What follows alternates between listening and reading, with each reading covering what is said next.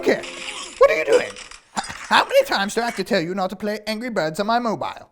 I've worked very hard to get 3 stars on every level. I don't need you going in here and mussing it all up. I literally can't with you right now, Monkey. I can't. What? Oh, well, hello there. Look who decided to join me and help me tell my story. What's that? No, it's not the story of your 3-legged Aunt Lucille. I don't care if she had 6 toes, Monkey. That's not the story. This is my story. I can't with you, Monkey. Anyway, where were we? We had just fought our way through the jungle and had finally found... No, Monkey. It was not your Aunt Lucille. Can you stop talking about her? Why would we find your Aunt Lucille in the jungle? It was the Aztec temple. Now look what you made me do. Now they know it's the Aztec temple. I was trying to make it really dramatic, and you just went and ruined it. I can't with you, Monkey. I simply can't. Anyway, as I was saying before I was so rudely interrupted, we stepped into the clearing, and before me was an ancient Aztec temple. But are you happy? As I made my way towards the temple, I was amazed to see ancient drawings carved into the stones depicting the worship of a higher being. The thought jumped into my mind. If these people thousands of years ago worshipped a higher being, is it possible that there really is a God, as my mother used to tell me? As I entered the temple, I shook these foolish thoughts from my mind. After all, now is not the time for sentimental thoughts. What's that? What do you mean? Of course I'm not. I'm not nervous, Monkey. What's there to be nervous about in an Aztec temple? What? Mummies? Human sacrifices? Monkey, you can't be right. I don't know where you're getting your information from these days. There's an inscription here on the wall. Let me see what it says.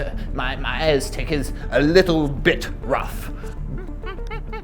What do you mean? It doesn't say anything like that, Monkey. Obviously, you're not a linguist. Let me see. Death, human sacrifices, heads. Monkey! I think you might be right. We should watch our step as we continue exploring this temple. As we continued our exploration of this temple, I could not shake the feeling that I was being followed. Could it be natives, mummies, or even worse, Dave? By George, Monkey, this place is absolutely massive. But say, there's a tunnel right there. Looks a little bit dark.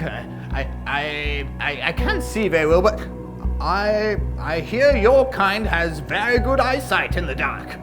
Why don't you just go and chop down there like a good chap and see if you can find any clues to the cure. Mummies, sacrifices. Yeah, get on, like a good chap. Say, Monkey, you don't see anything down there, do you? What? Oh, well, there you are, Monkey. I've been looking all over for you. I think it's safe to say there is nothing of value in that temple. Well, what do you mean I left you in there? I did not. I did not run screaming out of there like a little girl.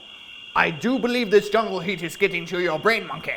Let's explore the outside of this temple here and see if we can find any clues. As we made our way along the outside walls of the Aztec temple, we began to see more and more inscriptions carved into these walls. Oh, look, Monkey, inscriptions on this wall.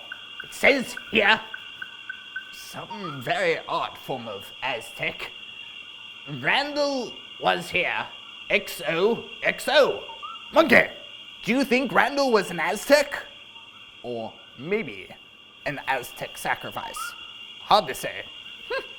Anyway, looks like there's some more writing here. Some much older inscriptions. It says something about a disease, yes, ravaging through the lands and a cure. Monkey, I think we're on the right track. It says that we need to go to a place where the sun shines through the jungle and meets The river's fork. Monkey, we must go find where the rivers merge deep in the jungle. I believe we are on the right track, though. This is definitely where we need to be going. Wait, Monkey, do you hear that? What's that noise? You! I've been searching for you, Dr. Livinsin. Dave. There you are, old chap. I've been terribly worried about you. You see, with the whole plane crash and everything. Monkey, sneak back! I ran off through the jungle, fearing for my life, saddened at the thought of Monkey being left with that murderous villain. In my heart, I knew he was probably dead, perished at the hands of evil Dave. There I was, all alone, having been robbed of my only friend. Well, not really robbed, of course. I kind of hurled him at Dave's face. But still, saddened nonetheless. Without Monkey, who was I going to talk to? Who was going to be with me? I remember my mother telling me that my friends growing up would be there for me, but only during the fun times.